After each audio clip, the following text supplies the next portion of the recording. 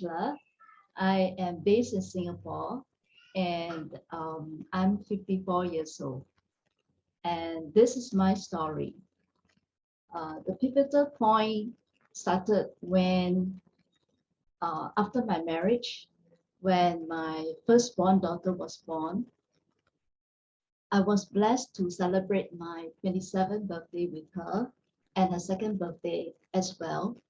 Unfortunately, she passed away on the 21st of January 1995. What happened was I was actually in the room taking care of my son, and she was in the kitchen using the potty. And there was actually an electric kettle boiling on the table. And I believe she happened to actually pull the electric cord while sitting beneath the table um, while using the potty. So I was actually in the room taking care of my son, and then I heard a scream.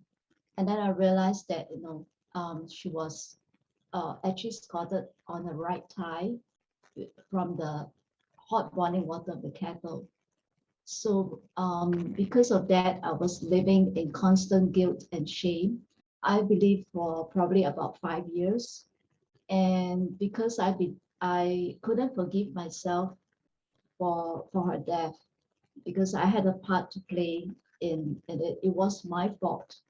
So her because of her passing, I was living in, I believe in, not just constant guilt and shame, but also for a period in depression. At one point, I wanted to actually end my life, but holding my son in my arms made me realize that I had to be strong.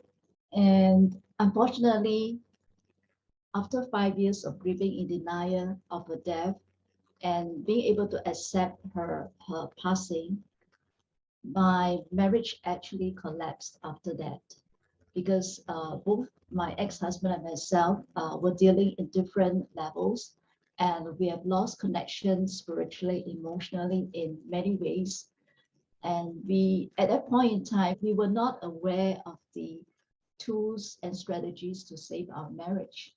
I felt like a complete failure after my divorce, because I felt that I failed as a mother, and I failed as a wife. And so therefore my self-worth and self-confidence has completely collapsed to zero. And thankfully, because of the grace of God, I found myself immersed in a church which uh, which has taught me to forgive myself, and therefore I have plucked up my courage to face life with strength and courage again. Transitioning from a stay-home mom to a working single mom, I learned to be a father and a mother to my son. And also I learned to be involved in helping my son to ensure that his physical well-being, his emotional well-being, and is being taken care of, as I felt that he has lost a sense of directions since seeing his parents divorce. And you went through a lot in your life. Correct. You know, they say that the saddest thing in life is burying your own child. Yes. And for you to be able to come out of that and put your life together, bring up your son, have your marriage collapse, how did you cope? What was it that made you wake up every single day and keep going? Okay, what actually kept me going was, I believe the first thing is my son, because he was still young then. He was actually, I believe he was actually then a few months old when my daughter passed away. So what actually kept me going, the first, number one thing is my son. Number two thing is actually God. Because even though I'm a believer, my faith was actually not strong when I faced with my daughter's death and my marriage, because being human, I felt that I'm a complete failure. And what kept me going was the grace that I found in having God forgiven me of my past sin, present sin, and future sin. So that kept me going. And also, uh, I I also realized that I have a responsibility towards my son and also towards my parents, and because they brought me up. So and also another thing is that my father has a part to play too. He has taught me to never give up on myself, and he has taught me to look at life, to always remember the good things, and for the bad memories, to take it as a lesson. And that's what kept me going in my life. Wow. They say that one of the most hardest things in life is to forgive yourself. You know, as human beings, it's easy for us to forgive others, but we are the hardest on ourselves, especially when something as tragic as this has actually happened. Now, you found yourself without a marriage, you've lost your daughter, you're trying to rebuild everything. If there was a woman who's listening to you right now, who's going through something similar, this is the reason why we share these stories on this platform. It's almost like you're going back to that younger woman who was you. What would you have wanted somebody to say to you? What 3 nuggets of wisdom would you have given them based on what life has taught you so far? Okay, the 3 words that I will give to my younger self is to any woman who is at my age facing the same thing would be to believe in yourself, because I believe believing in ourselves is number one thing to move on in life with all the when we have setback or when we face crisis like the loss of a loved one or loss of a marriage. Because when we believe in ourselves, we're able to keep on going, even though in little small steps. When we believe in ourselves, we begin to feel that life has meaning and purpose. We're able to contribute even in a significant small way. And also, when we start to love ourselves, our self-esteem will go up too. And also, we will find meaning and purpose in going on in life. Sometimes it's not that easy, especially when you don't have support from family, from friends. Where did most of your support come from when you were going through all of this? Besides your dad, of course. Most of my support, I believe, is from God's arrangement of brothers and sisters in Christ in church. My family do support me emotionally, but at some level, because they wanted me to move on and they want the best of me to be happy. The greatest support I received, I believe, is from God's grace, surrounding me with many brothers and sisters in Christ to encourage me on and to help me to forgive myself. At the same time, the support that I get from family members are more emotional in that sense, and they want me to be happy, and so that actually keep me going, and they keep on reminding me that I have a responsibility towards my son. And even though at one point in life I wanted to end my life, because the knowing that I had part to play inner death was too unbearable. I couldn't sleep for many nights after her death. I kept dreaming about her, the incidents, and because I was the one witnessing it, and it was very painful to remember that. And sometimes I wake up middle of the night, just thinking about the incident. And during that period, made myself sleep late so that I would not wake up middle of the night to think of that. I must say, most important, it is really God's grace to give me the strength and courage to forgive myself and to keep on going, even though it's very painful. To know that you actually had a part to play in your daughter's death. People want you to move on, especially family members. Sometimes they don't understand where you're at. And depression is a very complicated thing. What did you do physically? You know, sometimes they tell you that go out and exercise, walk, do something else, don't stay in the home. Overcoming depression, let's talk a little bit about that and what were your coping mechanisms? My coping mechanism, I believe, is I love to read self-development books. I love to read self-help books. I love to know about successful people. And I love to read about psychology too. So for me, to get off depression is definitely the first thing is to let it out, to cry, and to let the tears flow.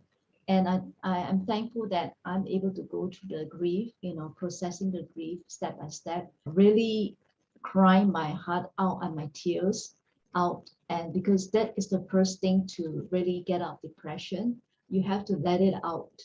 And second thing is I have immersed myself in reading self-help books like about successful people, how they get out of the situation. And that has helped me a lot. And I believe for me, getting out of depression is number one is is to feel the grief completely, to really, and not be afraid to cry, and because then you will get healed. And the second thing is to share your story, is to share it with others, because when I write my book about beginning of this year, as I write about this incident, I realized that tears just flow, even though that was about probably 2 decades ago. Mm-hmm. My tears still flow when I write a book, about that incident.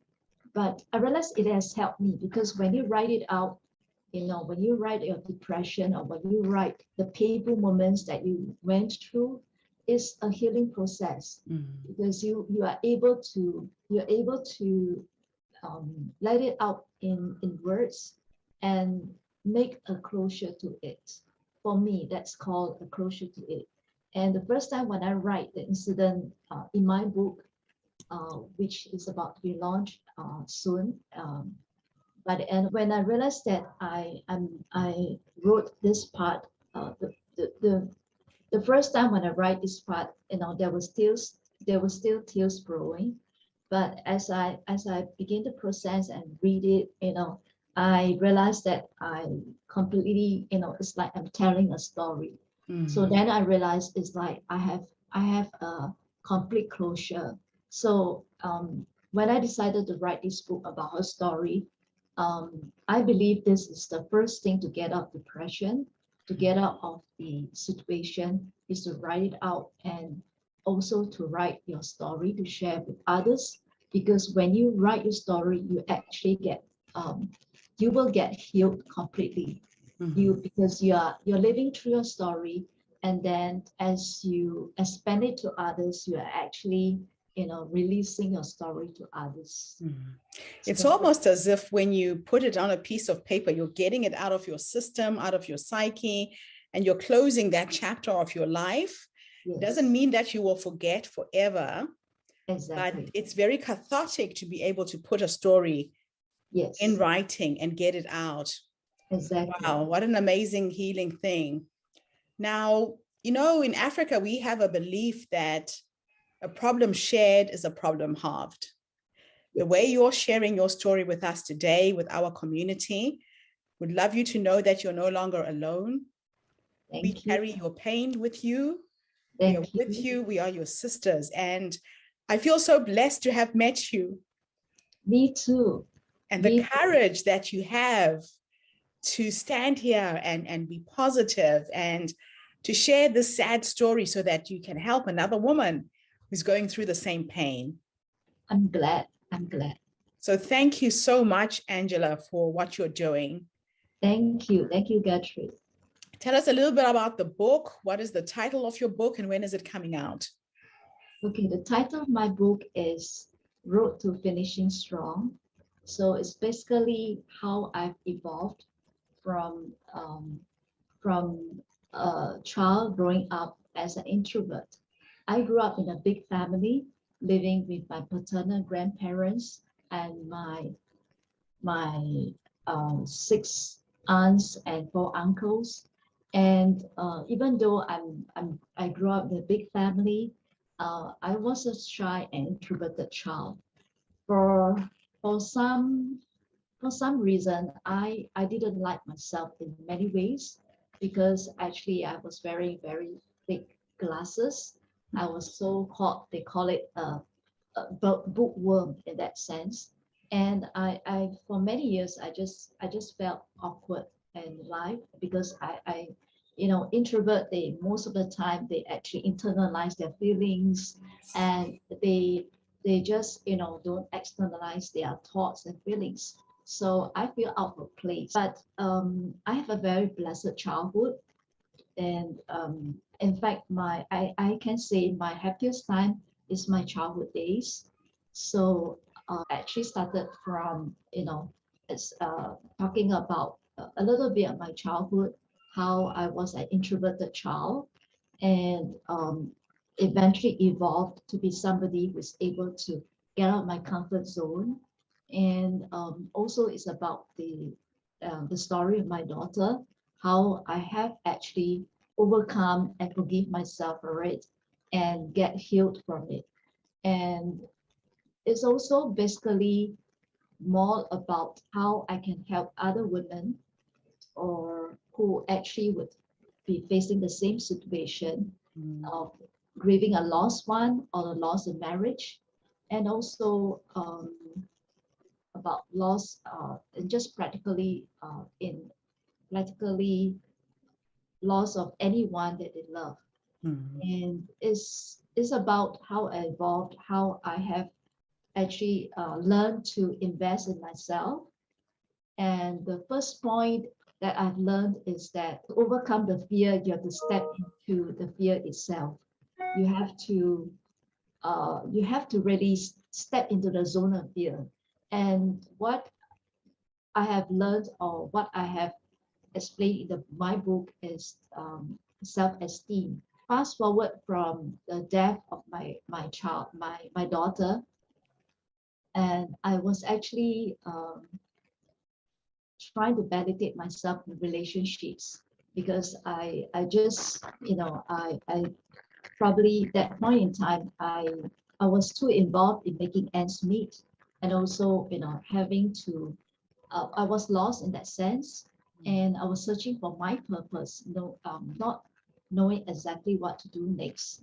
So I began to validate myself in relationship, and but unfortunately, I realized that that was not something that would help me. But something that would help me is to invest in myself. And the first thing I do was to learn driving again at the age of 49, Oh, because wow. I had a phobia of learning how to drive when I was 21. And I panicked when I was put on the road. And the first driving lessons was I was put on a small lane, and I was told to sit on the driver's seat and hold the steering wheel. That really made me petrified. So I gave up the next day. But something made me wanted to learn driving again at the age of 49. And when I passed my test for the first attempt, and I was so thrilled, I was so excited, I was so happy. And that is the first time that I began to believe in myself again after my daughter's death. And because as you know, when you get excited, you want to do more things because you Yes. believe you can achieve more. Yeah. So then I go back to college at the age of 50. In fact, I just graduated not long ago, and that made me realize that I can achieve even more. So my book is basically about how I've evolved, through all these painful moments, and how I found myself back. and how I found my purpose. And my purpose, I believe, is to help other women that would probably be me in 10 years ago, 15 years ago, who is facing the same situation, who is lost and who couldn't find a way back. So my book is basically about that. Fantastic. Well, I'm so proud of you, and I'm so glad that you managed to capture this amazing story. And we will see if we can get your book in our bookstore on our website and help you market and promote it.